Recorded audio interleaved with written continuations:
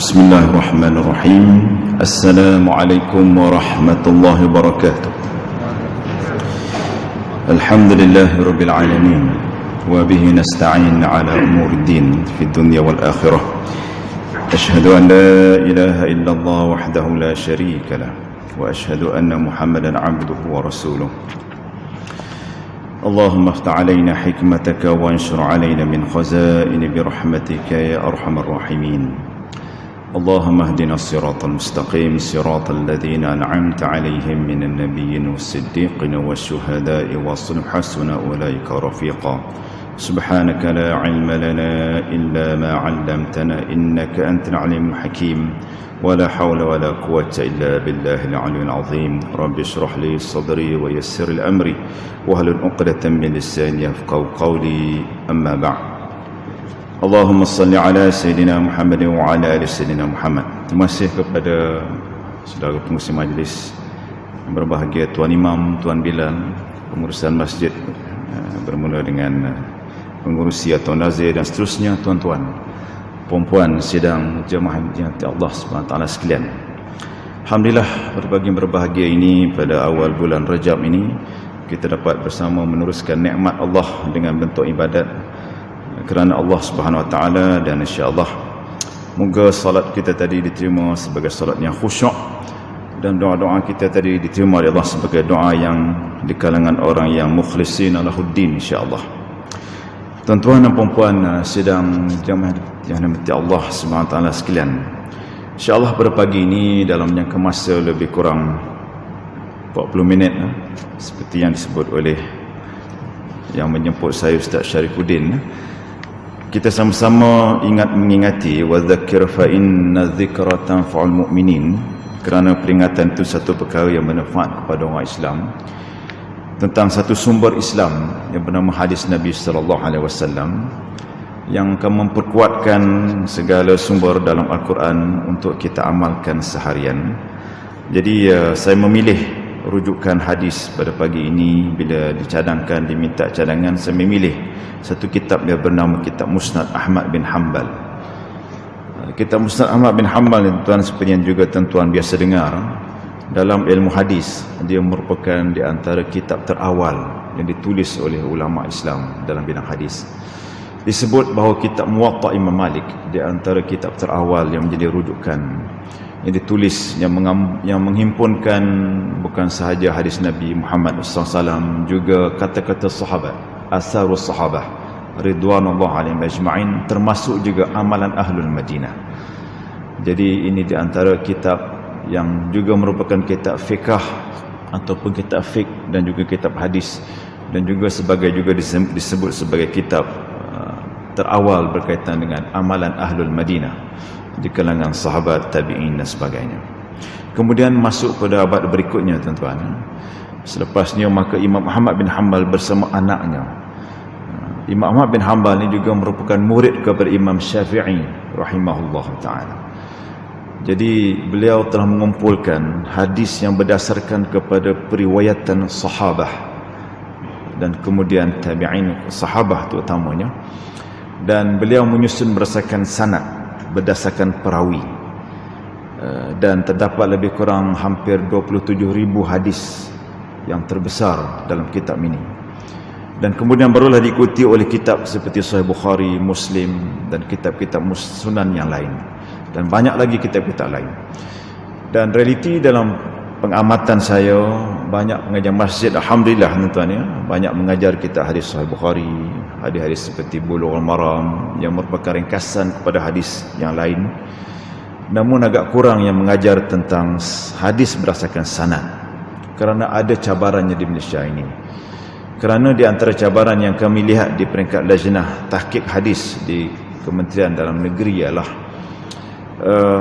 malangnya kita agak terlewat mempunyai satu standard seperti halal dan haram dalam makanan, terutama bidang hadis. Ya, saya akui di Malaysia kita agak terlewat dalam menggagaskan satu standard kedudukan hadis ini untuk diikuti dan diharmonikan pengamalan dan kefahaman di kalangan umat Islam. Tidak seperti bidang yang mempunyai potensi ekonomi seperti halal haram.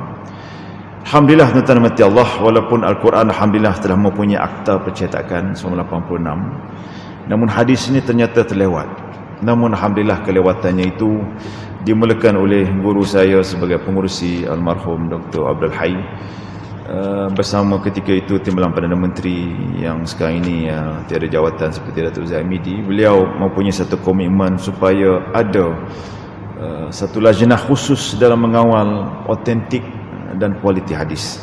Alhamdulillah tuan-tuan, pembentangan dan perbincangan yang lama kita bentangkan, akhirnya kerajaan menerima pada sekitar tahun 2016-17. Jadi kita melihat juga masyarakat minat pada hadis, namun kadang-kadang dia banyak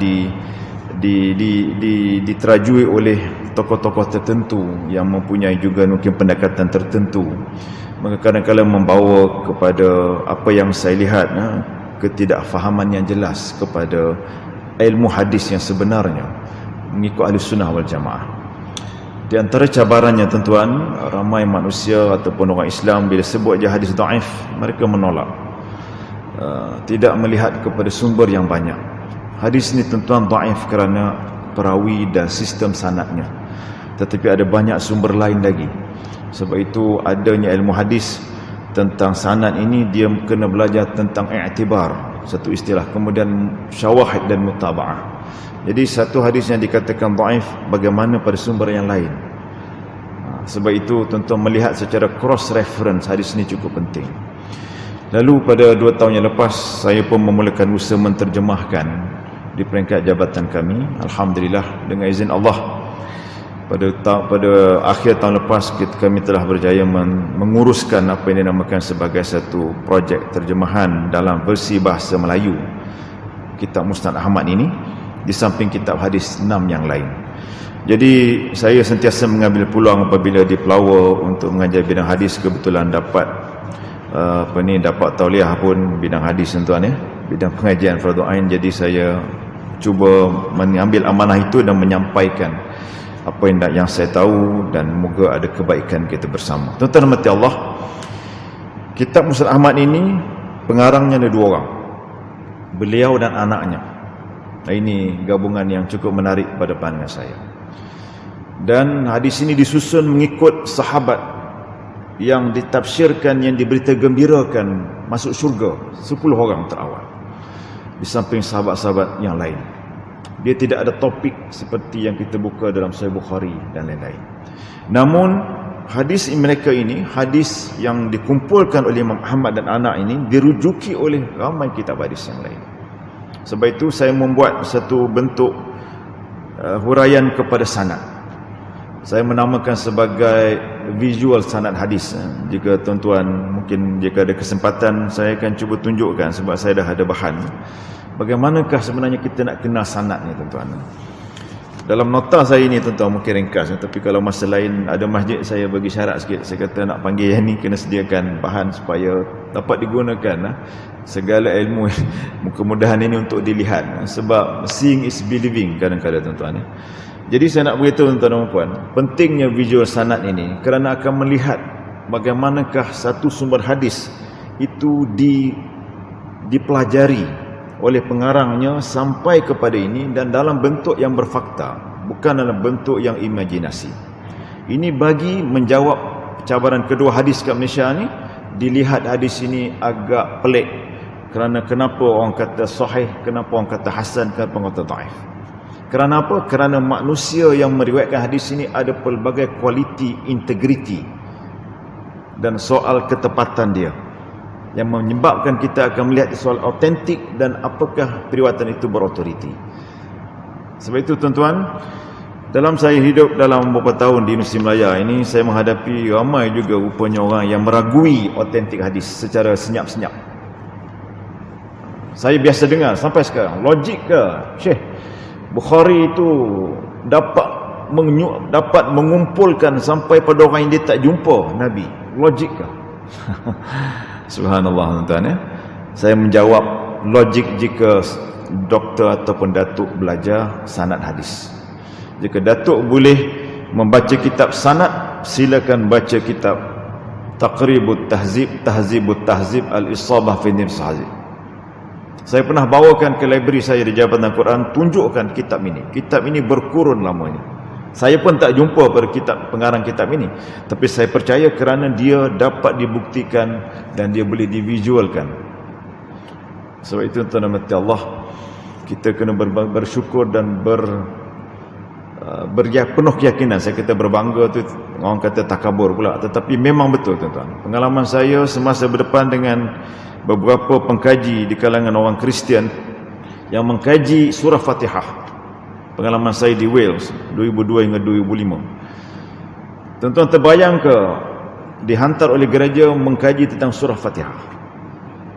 Seorang padri daripada Korea, ada juga daripada Jalan Gasing, jumpa kami kat sana. Tetapi dia mengkaji tentang Al-Quran untuk dia ribat, untuk dia nak melihat, tetapi dia kena kaji berdasarkan metodologi ilmu. Dia kena faham bahasa Arab dan dia kena baca Quran. Ringkas ceritanya tuan-tuan, seorang brother itu, saya panggil dia brother lah, sebab dah 3 tahun duduk, hampir setiap hari ke seminggu sekali dia kena jumpa saya. Dia nak tanya tentang apa kefahaman dia. Lalu dia melihat bahawa dia kata, kenapa dalam tafsiran Ibn Katsir begitu banyak sanad.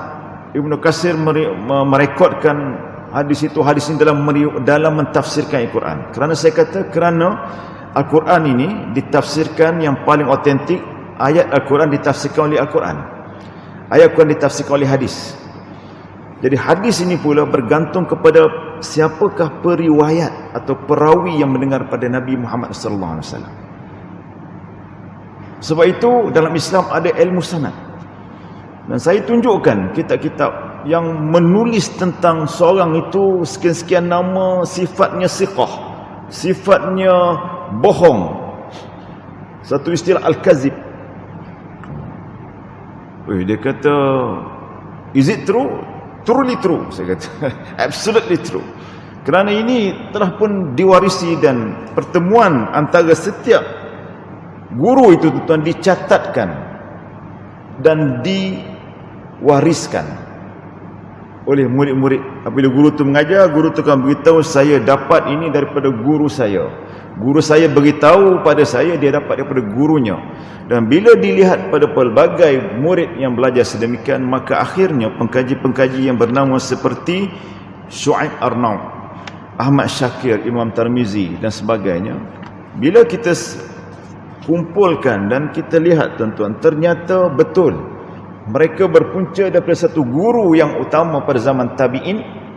Seperti hadis pertama dalam Musnad Ahmad ini tuan-tuan, yang menghimpunkan 81 hadis daripada riwayat Abu Bakar Siddiq radhiyallahu anhu. Jadi tuan-tuan mati Allah, kita bermula pada pagi ini bagaimana kita nak kenal Imam Ahmad yang saya gunakan kitab ini. Kalau satu kitab lagi bernama Sunan Tirmizi, Sunan Abu Daud, daripada guru pada guru tu dia berjumpa di mana? Dia berjumpa pada seorang bernama Ismail bin Abi Khalid. Dan ini dia berguru kepada, dia ini tabi'in, dia berguru kepada tabi'in bernama Qais bin Abi Hatim. Dan Qais inilah tabi'in yang mendapat daripada Abu Bakar Siddiq radhiyallahu anhu, yang Abu Bakar pula menceritakan dia dengar daripada Nabi Muhammad sallallahu alaihi wasallam. Tuan-tuan mati Allah, mungkin ramai yang menganggap, mak letihlah nak dengar ni, kita nak mengamalkan hadis Nabi ustaz. Tak ada masa, ini saya dah biasa dengar tuan-tuan. Tapi saya kebetulan diletakkan bidang ini tuan, saya kena jujur. Saya kata sebelum tuan-tuan mengamalkan daripada hadis betul, tetapi hargailah ilmu yang tuan-tuan amalkan itu. Tolong hargai, kerana ilmu ni akan pupus jika kita tidak memahami dan mempercayai. Akan banyak lagi gerakan-gerakan lain tuan-tuan akan meragukan kita dengan logik akal. Seperti yang berlaku juga pada Imam Ahmad pada zaman Mu'tazilah berkembang ni tuan-tuan. Beliau dipenjara kerana mengikut pemerintah yang mengikut kepada pandangan Mu'tazilah, kata Al-Quran ni makhluk. Kerana dia mempertahankan Al-Quran bukan makhluk tuan-tuan, dia dipenjara, diseksa, sehingga khalifah berikutnya baru melepaskannya beberapa tahun tuan-tuan. Sebab itu tuan-tuan mati Allah, tuan-tuan bersama sedikit saya pada pagi ini, saya nak melunaskan saya punya amanah di bidang ini tuan-tuan. Jadi tuan-tuan cuba fahami bahawa kita memerlukan kepada sumber, kepada ilmu untuk kita fahami dengan tenang. Selagi kita tak faham ni tuan-tuan, kadang-kala dengan ramainya pendekatan semasa melalui media sosial ni, orang mudah saja menolak hadis dhaif pada satu sumber tetapi menjadikan isu sensasi sehingga orang awam melihat hadis ini sebagai bermasalah. Saya di bidang hadis tuan-tuan, satu ketika nak balik negeri saya pun orang suspicious. Kerana saya daripada Mesir Melaya, saya pergi UK, lepas tu saya pergi Madinah, saya pergi Mesir. Bila saya pergi Madinah, biasalah, abang saya sendiri kata, engkau jangan jadi Wahabi ya. Saya kata subhanallah, abang tolong doakan saya. Jadi banyak tuan-tuan, saya balik pada Madinah dipanggil oleh Kerajaan Negeri nak tengok macam mana fikrah Datuk Ishak. Alhamdulillah tuan-tuan, saya menyatakan dengan jujur. Lepas tu saya ditakdirkan bertugas di Mesir 3 tahun. Saya belajar kat sana lagi tuan-tuan. Jadi saya rasa balik ini saya nak berkongsi sebelum kematian saya telah pun menyelesaikan terjemahan ini dan saya telah forward kepada banyak pihak. Semoga pihak itu dapat terbitkan, tapi tak terbit saya akan terbitkan jugalah di Mesir Melaya ini.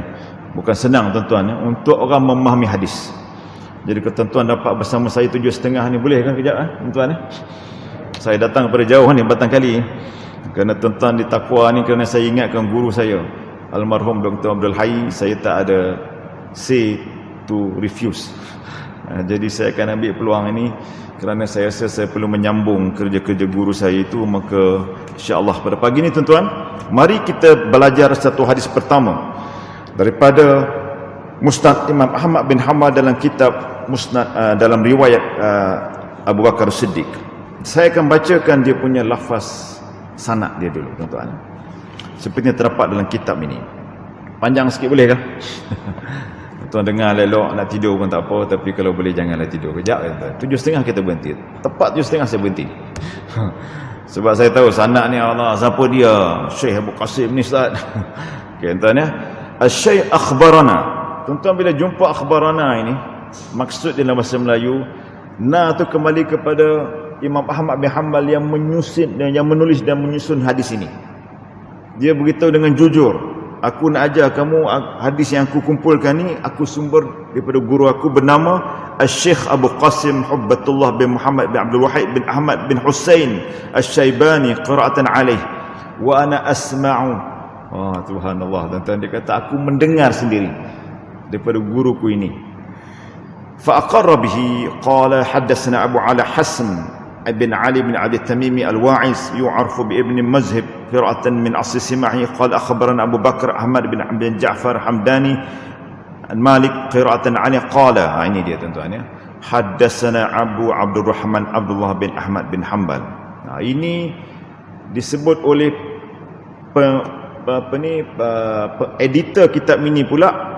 Dia kata, editor kitab ini dalam diketuai oleh Syekh Arnaud, dia kata ini sebenarnya hadis ini daripada Abdurrahman Abdullah bin Ahmad bin Hanbal, dan bagaimana dia kata dia dapat pula daripada Ahmad bin Muhammad bin Hanbal sendiri bin Hilal bin Asad dari kitabnya, dan dia berguru pula dengan guru yang bernama Abdullah bin Numair. Dan Abdullah bin Numair berkata, aku dapat ini daripada guruku bernama Ismail bin Khalid, di mana guruku kata dia dapat daripada seorang tabi'in bernama Qais bin Hazim, dan Qais kata aku mendengar Abu Bakar Siddiq radhiyallahu anhu berkata berdemikian keadaannya. Ketika itu tuan-tuan, saya bacakan pula dia punya bagaimana lafaz daripada tabi'in tadi. Dia kata qama Abu Bakar radhiyallahu anhu fahamidallahu wa asna alaih. Jadi kata Qais bin Abu Hazim, dia melihat ketika itu sebelum dia meriwayatkan hadis pada Abu Bakar yang daripada Nabi ini, Abu Bakar berdiri dan kemudian memuji Allah. Berdiri itu tuan-tuan, dia mengajar ni tuan-tuan. Kalau kita baca hadis ni, ada sahabat berdiri dia mengajar ni. Tapi kadang kata belajar khutbah macam khutbah pula. Tapi nak ceritanya kaedah mengajar ilmu Islam ni, kita boleh berdiri, kita boleh duduk, jangan tidur aja. Jadi itu bentuk, dan kadang lafaznya lafaz yang tegas. Ada sahabat menangis, tapi jarang saya jumpa dia buat lawak terlebih-lebih. Itu minta maaf lah, saya pergi nota kaki sikit. Baik, Jadi kata Abu Bakar berdiri dan berkata, apa dia kata Abu Bakar, tuan-tuan? Ya ayuhan nas, innakum taqra'una hazil ayata. Wahai manusia, apabila engkau membaca ayat ini, ayat Quran ini daripada surah Al-Maidah 105. Jadi Abu Bakar ni dia, tuan-tuan, dia bimbang orang salah faham daripada ayat surah Al-Maidah ayat 105. Ayat apa? Surah Al-Maidah ayat 105. Tuan-tuan boleh catatkan. Saya bacakan ayatnya. A'udzu billahi minasy syaithanir rajim. يا أيها الذين آمنوا عليكم أنفسكم لا يضركم من ضل إذا اهتديتم. Itu kata Abu Bakar Siddiq radhiyallahu anhu. Tuan-tuan, ayat ni bermaksud berapa? Jadi Abu Bakar dia berdiri, dia memuji Allah. Dalam lafaz tak beritahu, tapi dia memuji Allah dan dia berkata, wahai manusia, bila kamu baca ayat 105 surah Al-Maidah yang sedemikian yang saya baca tadi, bermaksud wahai orang yang beriman, jagalah dirimu, alaikum anfusakum, jagalah dirimu, dan orang yang sesat itu tidak boleh memudaratkan kamu setelah kamu mendapat hidayah. Jadi Abu Bakar Siddiq radhiyallahu anhu, tuan-tuan, dia kata bila anda semua membaca ayat 105, jangan salah faham. Apabila anda dah beriman, orang jahat tak boleh memudaratkan anda. Jangan salah faham begitu. Artinya orang beriman yang baik-baik, insya-Allah, macam tuan-tuan perempuan semua yang iltizam dengan masjid ni, kita rasa kita jangan kisah pada orang yang jahat. Kita fokus diri kita kat masjid saja, dengan ibadah saja. Abu Bakar Siddiq radhiyallahu anhu berbiang, jangan salah faham ayat itu begitu maksudnya. Tidak. Sebab apa? Ini dia, tuan-tuan. Kata Nabi, kata Abu Bakar Siddiq, wa inna sami'na Rasulullah sallallahu alaihi wasallam yaqulu. Kerana kami, kata Abu Bakar menggunakan kalimah kami ni, tuan-tuan. Kalau kita belajar bahasa Arab, boleh tanya dengan Prof Huzairi. Dia junior saya kalau Islam, profesor di UAE bahasa Arab ni. Kalau menggunakan inna, tuan-tuan, artinya dengan penuh keyakinan dan takkid ni, artinya nak beritahu sungguh-sungguh, walaupun dia namakan diri saya. Jadi kalau orang gunakan kami ni, artinya macam tadi saya gunakan kami, nak ceritanya kita buat betul di mewakili satu jabatan, satu serius. Itu cerita, tuan. Wa inna sami'na, kami telah mendengar Nabi Rasulullah SAW bersabda sedemikian. Ini, tuan-tuan, mesejnya, ilmu yang kita nak bawa balik. Dalam masa 20 minit lagi, tolong tuan-tuan faham hadis Nabi ini seperti yang dia berkata Siddiq.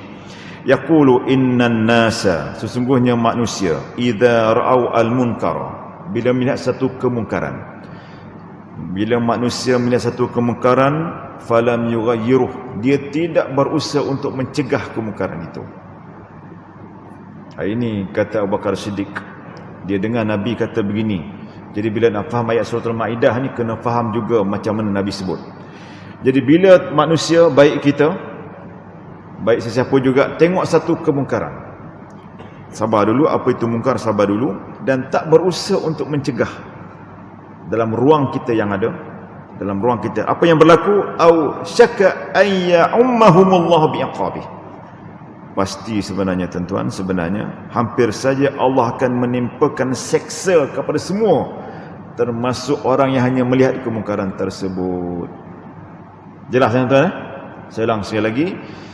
Jadi Abu Bakar Siddiq menyatakan dia mendengar Nabi Muhammad SAW bersabda, jika manusia tidak bila melihat satu kemungkaran tapi buat tak terbuat aja, buat dono aja, tuan-tuan, ya, artinya Allah akan Allah itu boleh mendatangkan seksa iqam semua sekali. Baik orang yang beriman ke, baik orang yang sebaliknya ke, orang yang tengok orang buat maksiat, orang tak buat maksiat, orang masjid tak masjid, tuan-tuan. Jadi tuan-tuan mati Allah, ini hadis pertama. Dalam nak memahamkan tadi, saya pergi kepada, setelah itu saya menyatakan apa hukum hadis ini, tuan-tuan. Sebelum saya bincang fiqhul hadis, walaupun dalam musnad tak ada fiqh hadis, apakah pengajaran hadis, saya nak nyatakan bila kita visual sanad tadi, kita kena analyse semua lebih kurang 15 orang yang menjadi perawi kepada hadis ini daripada 3 sumber. Banyak lagi, ada 13 sumber, tetapi saya ambil sumber yang paling autentik ataupun yang paling utama dalam sumber hadis Sunnah wal Jamaah ni tuan-tuan, saya ambil daripada Musnad Ahmad, Imam Tirmizi dan Sunan Abi Daud. Jadi yang kesemuanya ada 13 individu yang meriwayatkan hadis ini. Dan bila kita pergi analisis secara ilmu jarah wa ta'dil, ilmu jarah wa ta'dil tuan-tuan, ilmu yang menilai integriti orang yang meriwayatkan tu, apakah dia bercakap benar ke dia banyak kaki bohong. Jadi ada istilah bernama siqah. InsyaAllah kita semua menjadi golongan yang siqah, artinya dipercayai tuan-tuan. Tanda utama kita tidak bohong. Apa yang kita lihat, apa yang kita akan sampaikan exactly macam mana yang kita tahu. Itu yang paling mudah, indikator pertama. Jadi tuan-tuan, kami beritahu dia tarikh lahir beliau dan kelogikan setiap mereka ni berjumpa tahun. Dia ada satu ilmu ini, benarkah, logikkah untuk kita tunjukkan guru berjumpa dengan gurunya? Dengan cara kita mesti tahu tentang sejarah kehidupannya, bila lahir, bila mati. Very complicated dan very completed. Maksud saya memang complete. Sebab itu brother padri daripada Korea tu tuan-tuan, bila saya tunjuk visualkan, dia kata wow, this amazing. Dia kata Islam is truly knowledge based religion. Jadi alhamdulillah, saya cuma doa, tak tahulah dia masuk Islam ke tidak tuan ya. Tapi pengalaman saya orang kat UK ni, kadang masuk Islam hari ni, besok dia kata aku dah buat zina apa semua, minum arak. Dia kata boleh ke masuk Islam balik? Saya kata jangan main-main, don't play-play ya. Saya kata jangan main-main dengan Islam. Tapi saya cuma doakan orang macam ni kadang-kadang tuan-tuan dia take time untuk masuk Islam. Baik. Dan kita beritahu dia punya kualiti kepada peribadi yang telah pun dinilai oleh orang berdasarkan ilmu jarah wa ta'dil, terutama dalam meriwayatkan hadis Nabi. Kadar berbohongnya tinggi ke tidak? Bila mana kita semak dengan sumber lain, apa yang Nabi sebut. Sebab itu tuan-tuan, hampir semua 15 orang ini siqah, dia punya kualiti peribadi dia. Akhirnya hadis ini disepakati hadis yang bertaraf sahih. Jadi hampir 90% hadis ini tuan-tuan dinilai sahih, hasan, dhaif kerana kualiti perawinya. Hampir 90% sebenarnya dalam bidang hadis. Sebab itu 10% lagi kepada matan, kepada teks hadis, kerana teks hadis itu tuan-tuan bergantung kepada siapa perawinya. Sebab itu hadis ini tuan-tuan hadisnya sahih. Bila hadis ini sahih tuan-tuan, orang Islam Ahli Sunnah Jamaah kita sebenarnya wajib beriman hadis ini betul yang Nabi sebut. Itu pertama saya nak beritahu. Hadis ini tiada keraguan tuan-tuan, kita beriman bahawa kalau kita biarkan kemungkaran, layaklah kita menerima azab daripada Allah Subhanahu Wa Taala. Itulah sebenarnya mesej. Jadi kita pergi tuan-tuan kepada fiqh hadis. Boleh ya? Ada lebih kurang dalam masa 14 minit lagi. Baik. Saya merujuk kepada 4 kitab. Yang mana kitab ini memang tak ada kitab mensyarahkan kepada Musnad Ahmad. Tak, dari sudut fiqahnya tak ada lagi tuan-tuan setakat ni. Tapi kami rujuk kepada kitab lain seperti Sunan Tirmizi, Abu Daud yang juga meriwayatkan hadis yang sama, exactly the same, cuma ada perbezaan lafaz. Itu pun menarik. Kerana guru mereka sama tapi berlaku mungkin 1-2 lafaz berbeza, tak jauh beza kerana ada guru-guru yang lain bawahnya sampai kepada Tirmizi dan Abu Daud. Jadi tuan-tuan, saya biasa dalam saya buat ni, saya nak bagi ringkaskan. Kalau buka kitab apa ni syarah tuan-tuan, tengok pun kita boleh tidur sebab dia panjang. Tapi nak bagi mudah untuk kita faham, kita ringkaskan dalam bahasa Melayu kita untuk kita amalkan. Itu saja tujuan kami.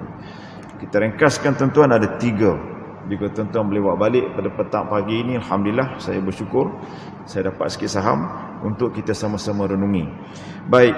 Pertama tuan-tuan mati Allah, menurut ni kita rujuk pada kitab Tuhfatul Ahwazi, syarah Jami' Tirmizi. Dalam fiqh pertama ataupun kefahaman hadis daripada hadis ini yang pertama tuan-tuan, saya menyatakan dalam saya meringkaskan huraian syarah ini bahawa tujuan Sayyidina Abu Bakar radhiyallahu an menyampaikan hadis ini kerana takut orang ramai memahami ayat 105 surah Maidah dalam konteks yang di luarnya, di mana hanya kita serahkan soal kemungkaran, cegah mungkar ni kepada orang tertentu, tapi kita berlepas diri kerana kita dah baik. Ini tidak betul. Tetapi dia memberi penekanan bahawa kita kena bersama-sama al-amru bil ma'ruf wan nahyu 'anil munkar sepanjang masa jika kita melihat dan mengetahui itu kemungkaran yang jelas. Tuan-tuan ya. Jadi itu pengajaran pertama. Artinya tuan-tuan, kita kena faham setelah kita solat ini tuan-tuan, Allah akan beritahu inna salata tanha 'anil fahsya'i wal munkar. Solat ini juga di antara tujuannya mencegah kita melakukan perbuatan yang jahat dan dosa. Dan kita menjadi ahli masjid ni tuan-tuan, ada tanggungjawab lain juga untuk kita mengenal ada benda yang Allah kata jangan buat tapi ada orang buat. Artinya itu kemungkaran. Ini dosa besar terutamanya tuan-tuan yang melibatkan rukun Islam, rukun iman, benda-benda syariat. Kita berusaha untuk melihat ini mungkar, kita benci, dan kita berusaha bagaimana untuk kita cegah mengikut kapasiti kita. Itulah dia keimanan kita kepada ayat ini. Itu yang pertama. Yang kedua tuan-tuan mati Allah. Yang kedua, di antara fiqhul hadis ni tuan-tuan, kita mengenal bahawa sesungguhnya kemungkaran itu juga bermaksud maksiat. Seperti yang dibawa dalam lafaz Imam Abu Daud. Kemungkaran itu juga bermaksud zalim, seperti yang terdapat dalam lafaz oleh Imam Tirmizi. Di antara ulama yang menghuraikan dengan baik bernama Dr. Yusuf Qaradawi, apa itu mungkar, apa itu maksiat dan apa itu zalim. Kerana Nabi menyebut kalimah ini beberapa hadis dalam bentuk yang sama. Mungkar ini tuan-tuan, apa yang Allah larang, Allah sebut ini haram, tetapi manusia buat, terutama orang Islam buat. Banyak benda tuan-tuan pun tahu. Kita pergi yang mudah tuan-tuan, rukun Islam. Saya dalam poin yang ketiga ni tuan-tuan, mari kita tengok dalam kita punya teritori sebagai keluarga. Apakah rukun Islam yang seharian kita kena pastikan jangan kita tinggalkan? Apa dia tuan-tuan? Solat, betul kan? Solat. Jadi solat ini mari kita tengok kepada ayat 6 surah At-Tahrim. Allah kata apa tuan-tuan? A'udzu billahi minasyaitonir rajim.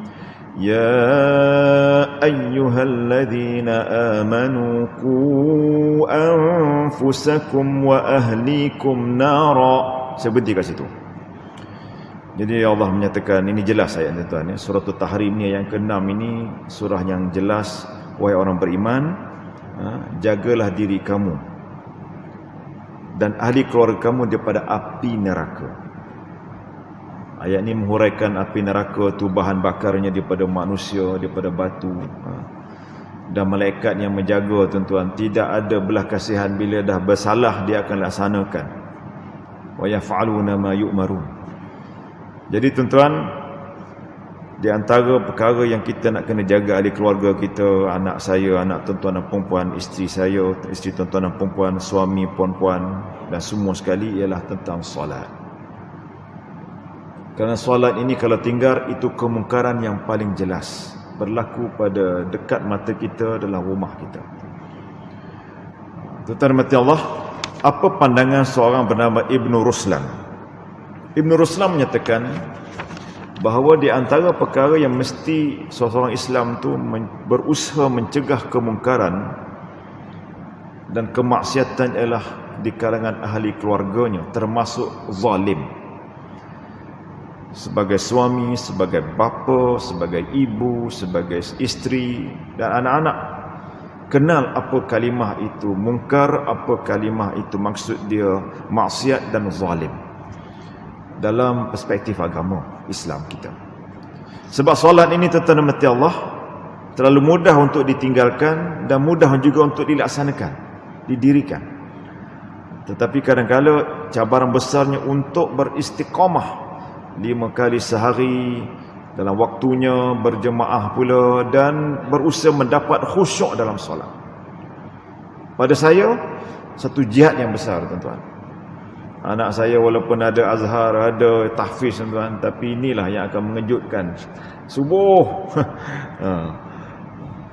Saya kata malam tadi buat usrah bila lagi ni, bila Abi tak ada, nanti siapa nak kejutkan subuh pagi-pagi kat rumah ni. Kerana subuh saya bermula kat rumah saya pukul 5 pagi. Masuk je rumah saya, tak kira jadi tetamu ke. Kalau tidur saya kata minta maaf ya. Kalau tidur saya kejut pukul 5 pagi nanti okey.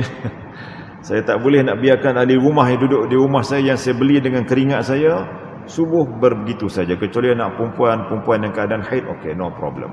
Tapi lelaki pukul 5 kena bangkit dah. Kenapa tuan-tuan? 5 nak kena bangkit, kita kena prepare untuk solat subuh. Itu jihad tu, betul tak tuan-tuan? Jihad, kita kena bangkit awal. Kerana kita nak minta semua menyembah Allah. Pagi-pagi buta. Memang tuan-tuan.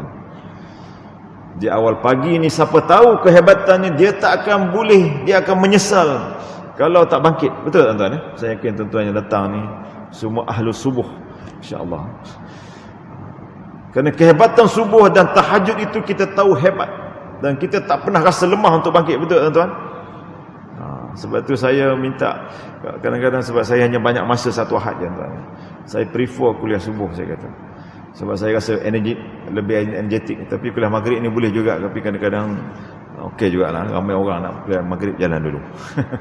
Tapi tuan-tuan mati Allah, kata Ibn Ruslan, jika perkara yang bersifat wajib dalam rukun Islam, termasuk rukun iman ini, diabaikan oleh mereka yang ada kuasa untuk mencegah, mengingatkan, menasihati. Malam tadi saya baca kitab Tafsir Munir di Masjid Batangkali tentang surah Luqman, tentang subhanallah. Jadi tuan-tuan, surah Luqman tuan-tuan baca kan? Jadi sebab macam mana Luqman menasihati, berwasiat kepada anaknya tentang syirik dan solat. Sebab itu tuan-tuan, bila solat ini insya-Allah mereka akan kenal apa itu syirik kerana menyembah Allah. Kita bangkit pagi tuan-tuan dengan bersyukur pada Allah, kita bersihkan diri, kita buat tahajud tuan-tuan. Kita baca, pergi masjid pula, diri yang terawal, dan mendengar pula azan, menunggu waktu. Saya tak boleh gambarkan bagaimana hadis menyebut kehebatan manusia jenis ini. Tetapi bila kita biarkan orang lain yang berkaitan dengan kita tidur saja tuan-tuan. Saya ambil contoh yang paling ringkas pada hidup kita, hidup saya sebagai muhasabah. Kita biarkan mereka tidur, kita saja tuan-tuan, kita sebenarnya membiarkan satu kemungkaran yang dekat dengan kita. Kita saja ke nak masuk syurga, membiarkan ahli kita masuk neraka? Tidak tuan-tuan, saya yakin tidak. Sebab itu kewajipan kita beritahu isteri, okey ke? Macam isteri saya ada 50 tuan, no problem. Tak ada hate dah. Bangkit, tolong kejutkan anak-anak dan kejutkan semua. Saya pun kejutkan anak tadi, okey Abi. Jadi biasa anak saya dah tahu signal saya. Assalamualaikum, subuh. Okey Abi. Okey.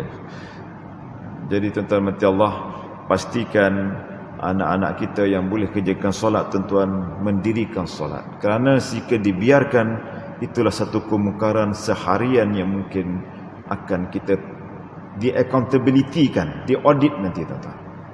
Sebab itu ada banyak lagi kemungkaran lain, tetapi pada saya paling tidak, pada minit-minit terakhir kuliah subuh saya ini tuan-tuan, mari kita muhasabah bahawa kita layak untuk diazab. Akhirnya tak azab. Iqab itu bermaksud azab. Jadi menarik, ini belum habis lagi tuan ya. Iqab tak masuk lagi ni. Apa kaitannya dengan surah Rum? Zaharal fasadu fil barri wal bahri dan bima kasabat aydin nas, tu panjang lagi. Dan bila ini saya ditanya, sampai kemarin ditanya lagi, WhatsApp daripada Perak. Dia kata, "Yuk," dia kata, dia panggil kawan baik saya. "Betul ke?" Dia kata, "Ni angin puting beliung ni ada kemungkaran." Kan baru ni tuan-tuan, satu taman Nabi. Saya jawab, wallahu alam. Tetapi dalam ilmu hadis ini itulah jawapannya. Kemungkinan ada. Saya tak pasti, tetapi Allah tak datangkan satu musibah tu tuan-tuan tanpa sebab. Sebab itu tuan-tuan mati Allah, doa kita ni tuan-tuan begitu mahal harganya.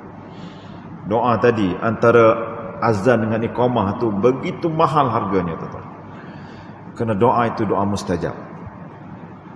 Jika tuan-tuan pergi ibadat haji, Tuan-tuan pernah jumpa tak seorang hamba Allah? Jika tuan-tuan duduk depan Kaabah tu, saya pengalaman pergi haji 2006 jumpa dia ketika berada di Madinah. Jadi visiting tu pergi Mekah, berjumpa lagi hamba Allah tu 2013. Lepas tu saya tak pergi lagi. Dan tugas dia tuan-tuan ni, lepas orang azan tu, lepas kita solat sunat tu, dia suruh kita doa, irfa' yadak, doa. Saya ingat lagi, saya jumpa 2 kali.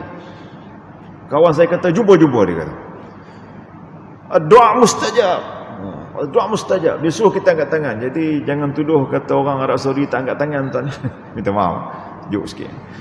Jadi tuan mati Allah.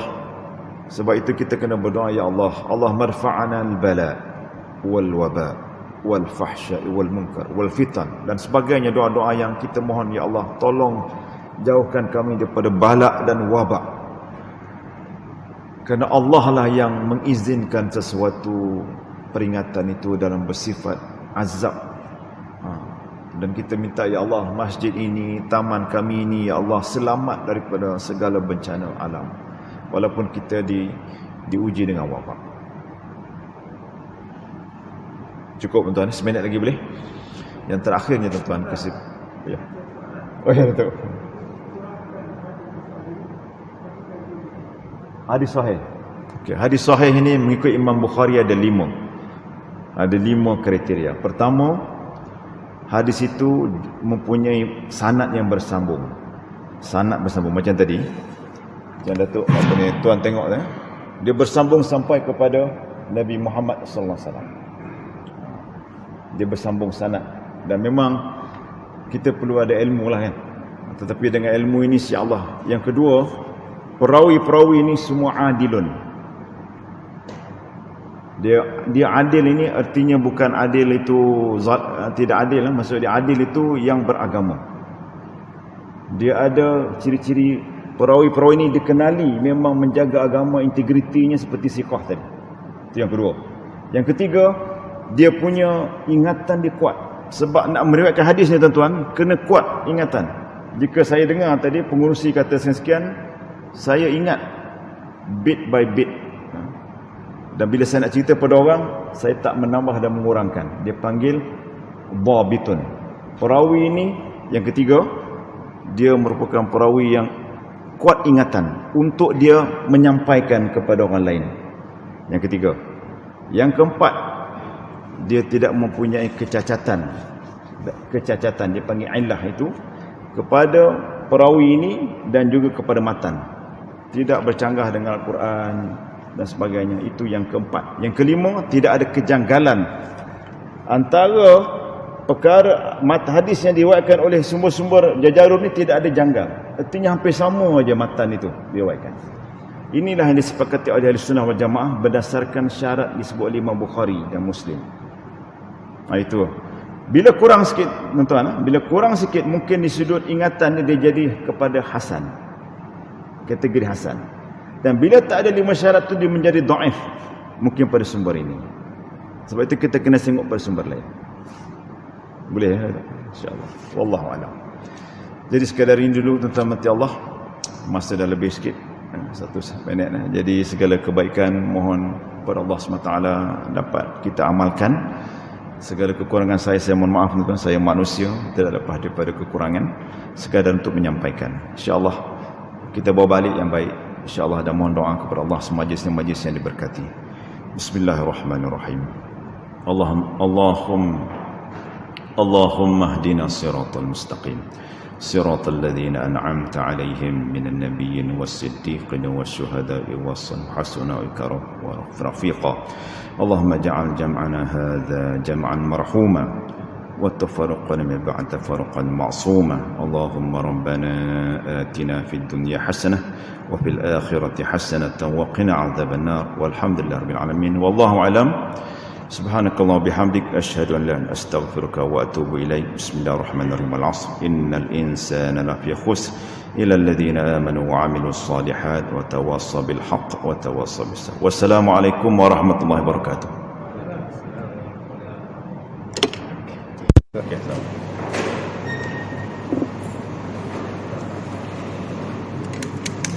Zero.